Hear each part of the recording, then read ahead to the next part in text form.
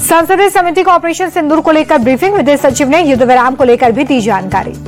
विदेश सचिव विक्रम मिस्री ने बताया, मिलिट्री कार्रवाई रोकने का फैसला द्विपक्षीय था। पाकिस्तान ने परमाणु हमले का कोई संकेत नहीं दिया था। चीन के पाकिस्तान को मदद करने के सवाल पर बोले विदेश सचिव, चीन की मदद भी पाकिस्तान को नहीं बचा सकी। हमने पाकिस्तान के कई एयरबेस तबाह किए। पहलगाम आतंकी के मास्टरमाइंड पाकिस्तानी थे, वो अपने आकाओं के संपर्क में थे। विदेश सचिव ने दी जानकारी। संसदीय समिति की बैठक में विदेश मंत्री के बयान का मुद्दा उठा। विदेश सचिव विक्रम मिस्री ने कहा, एस जयशंकर के बयान को अलग तरीके से पेश किया जा रहा है। Army chief general Upendra Dwivedi ने वेस्टर्न कमांड का दौरा किया। भारत पाक सीमा पर पहुंचकर जवानों का बढ़ाया हौसला। Army chief general Upendra Dwivedi ने बॉर्डर पर सुरक्षा का लिया जायजा। ऑपरेशन सिंदूर में शानदार प्रदर्शन पर जवानों को दी बधाई। पाकिस्तान को इंडियन आर्मी की वार्निंग। सेना ने कहा, ऑपरेशन सिंदूर अभी सिर्फ स्थगित, ऑपरेशन का विकराल रूप अभी बाकी है। सेना बोले कि पाकिस्तान ने अगर फिर दुस्साहस किया तो नाश्ते। ऑपरेशन सिंदूर में हर टारगेट पूरा किया। पानी पर पाकिस्तान को अमित शाह की कड़ी चेतावनी। बोले, पानी और खून एक साथ नहीं बह सकता। अमित शाह ने कहा कि पाकिस्तान से सिर्फ पीओके लेने पर बात होगी, आतंकवाद के खात्मे पर बातचीत होगी। पाकिस्तान में ब्रह्मोस से तबाही पर गृह मंत्री का बयान। ब्रह्मोस मिसाइल से पाकिस्तान तबाह हुआ।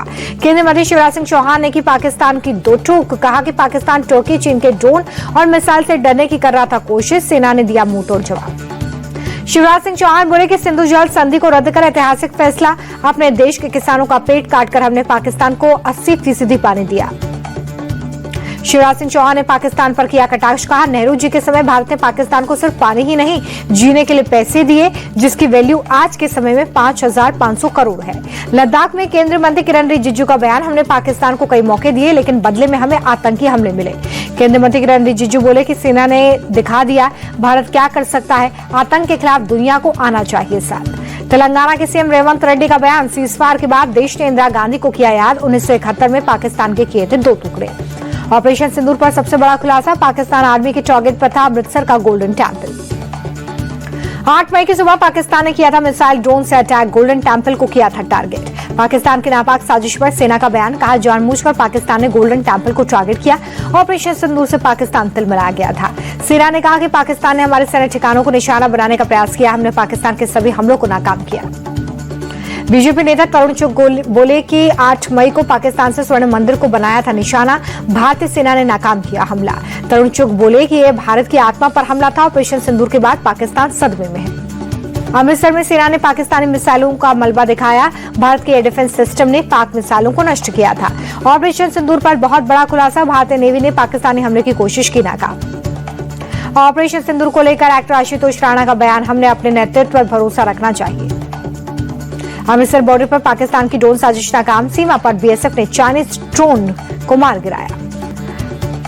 पहलगाम अटैक पर पाकिस्तान फिर हुआ बेनकाब। पाकिस्तानी पत्रकार आफ्ताब इकबाल का बड़ा खुलासा। बोले, आतंकी हासिम मूसा और तलाली पाकिस्तानी दोनों सीमा पार भारत जाते रहे हैं। भारत ने चिनाब नदी का पानी फिर छोड़ा। रियासी में सलाल डैम के कुछ गेट्स खोले गए हैं। सपा नेता अबू आजमी का बयान। आतंकवाद के खिलाफ 140 करोड़ देशवासी साथ। ऑल पार्टी डेलीगेशन पर बोले केंद्रीय मंत्री किरण रिजिजू। अलग अलग देशों में डेलीगेशन रखेगा भारत का पक्ष। ऑपरेशन सिंदूर पर बने सांसदों की डेलीगेशन पर मनजिंदर सिंह सिरसा ने कहा कि इस मुद्दे पर विपक्ष राजनीति न करे। आतंकवाद के खिलाफ सभी को एकजुटता से लड़ना होगा। शशि थरूर के डेलीगेशन को 23 मई को किया जाएगा ब्रीफ। थरूर बोले कि ब्रीफिंग को लेकर मैं अभी कुछ नहीं कह सकता। ऑपरेशन सिंदूर पर सांसदों के प्रतिनिधि मंडल पर सीएम ममता बनर्जी बोली कि हमारी पार्टी से डेलीगेशन में कौन होगा ये हम तय करेंगे। सीएम ममता के बयान पर बीजेपी नेता अग्निमित्रा पॉल का पलटवार। ममता बनर्जी की असलियत आई सामने। ऑपरेशन सिंदूर पर सांसदों के डेलीगेशन पर टीएमसी सांसद अभिषेक बनर्जी का बयान। कहा कि केंद्र जो फैसला लेगा हम उनके साथ। कोलकाता में बीजेपी नेता शुभेंदु अधिकारी ने सीएम ममता के खिलाफ खोला मोर्चा। कहा, वोट बैंक के लिए सीएम ममता तुष्टिकरण की कर रही है राजनीति। कोलकाता में ऑपरेशन सिंदूर की सफलता पर निकाली गई तिरंगा यात्रा। बीजेपी नेता शुभेंदु अधिकारी समेत बड़ी संख्या में लोग शामिल।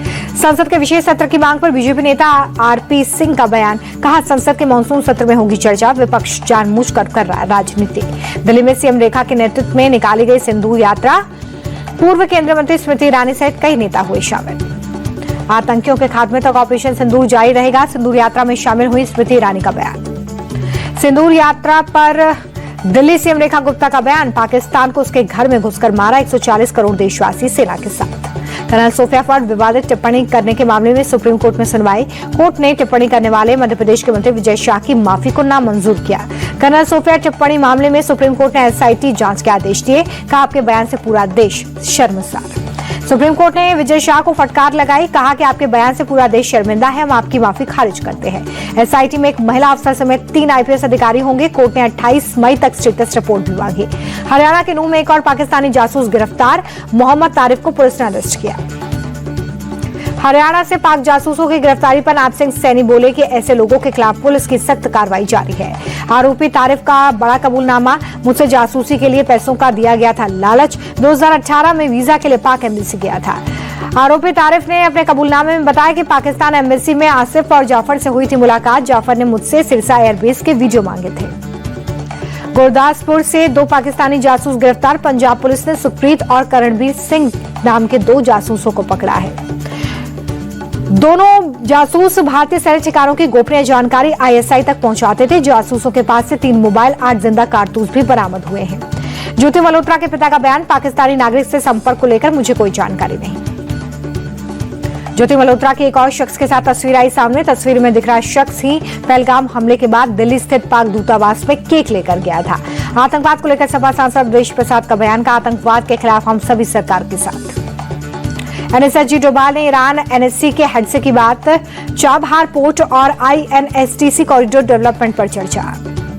संभल जामा मस्जिद सर्वे मामले में मुस्लिम पक्ष को झटका। इलाहाबाद हाई कोर्ट ने खारिज की रिवीजन पिटीशन। संभल की जिला अदालत में सर्वे का मुकदमा चलेगा। केंद्रीय मंत्री शिवराज सिंह चौहान का बयान, देश की अर्थव्यवस्था में कृषि का महत्वपूर्ण स्थान।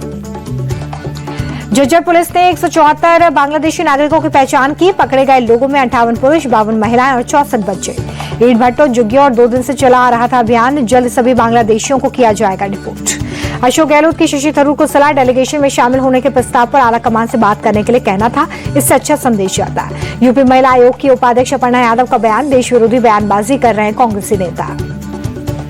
केंद्रीय मंत्री गिरिराज सिंह का इंडिया अलायंस पर अटैक। बिहार में अब परिवारवादी राजनीति नहीं चलेगी, फिर से बनेगी एनडीए की सरकार। बिहार के सीएम नीतीश कुमार से मिले केंद्रीय मंत्री चिराग पासवान। पटना में दोनों नेताओं की मुलाकात।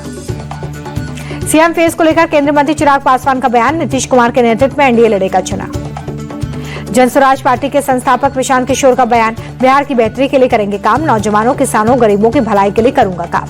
आरसीपी सिंह के जनसुराज में शामिल होने पर संजय जायसवाल का बयान, किसी के कहीं जाने से कोई फर्क नहीं पड़ता, एनडीए ही जीतेगी। आरजेडी नेता तेजस्वी यादव का बीजेपी और जेडीयू पर हमला, का बिहार और बिहारियों से इनको कोई मतलब नहीं। तेजस्वी यादव के बयान पर डिप्टी सीएम विजय सिन्हा का पलटवार, नेता प्रतिपक्ष का काम घर पर बैठकर ट्विटर चलाना नहीं, फील्ड में जाकर कानून का शासन देखना है। दिल्ली में अमित शाह ने नए ओआईसी पोर्टल यानी कि ओवरसीज सिटीजन ऑफ इंडिया को लॉन्च किया। कार्ड होल्डर्स को हो रही परेशानी से मिलेगी निजात। सपा मीडिया सेल के यूपी के डिप्टी सीएम विजेश पाठक पर टिप्पणी को लेकर संजय निषाद का बयान, भारतीय संविधान में अमर्यादित भाषा की कोई जगह नहीं। लखनऊ में यूपी के सीएम योगी आदित्यनाथ ने लगाया जनता दरबार, प्रदेश से आए लोगों की समस्याएं सुनी। लखनऊ में सीएम योगी ने की मीटिंग, बैठक में मंत्री वरिष्ठ अधिकारी भी शामिल। लखनऊ में क्रिकेटर मोहम्मद शमी ने सीएम योगी आदित्यनाथ से की मुलाकात, सीएम ने 1 डिस्ट्रिक्ट 1 प्रोडक्ट का तोहफा दिया। देहरादून में वित्त आयोग की टीम के साथ सीएम धामी की बैठक, राज्य को मिलने वाली आर्थिक सहायता पर चर्चा। मिनिस्ट्री ऑफ रूरल डेवलपमेंट की वेबसाइट बनाकर ठगी की गई, लाखों की ठगी करने वाले 2 आरोपी गिरफ्तार हुए। आरोपियों के पास से 11 मोबाइल फोन, 15 डेबिट कार्ड, 6 और वेबसाइट्स के बारे में मिली है जानकारी। महाराष्ट्र विधानसभा में शॉर्ट सर्किट के चलते लगी आग, स्कैनिंग मशीन में आग के चलते अफरा तफरी मची। बोलू आटे से भी मिले पाव। गिरावट के साथ बंद हो गया शेयर बाजार, सेंसेक्स 217 पॉइंट, निफ्टी 74 अंक लुढ़का। शेयर बाजार में विदेशी निवेशकों का भरोसा बढ़ा है। मई के महीने में 18,620 करोड़ रुपए निवेश आए। अमेरिकी डॉलर के मुकाबले 17 पैसे मजबूत हुआ, रुपया 85 रुपए 40 पैसे पर बंद। जापान और यूरोप की करेंसी के सामने धराशायी हुआ डॉलर, अमेरिकी करेंसी को टैरिफ वॉर के चलते नुकसान। 580 रुपए महंगा हुआ गोल्ड, 57,030 रुपए 10 ग्राम सोने की कीमत।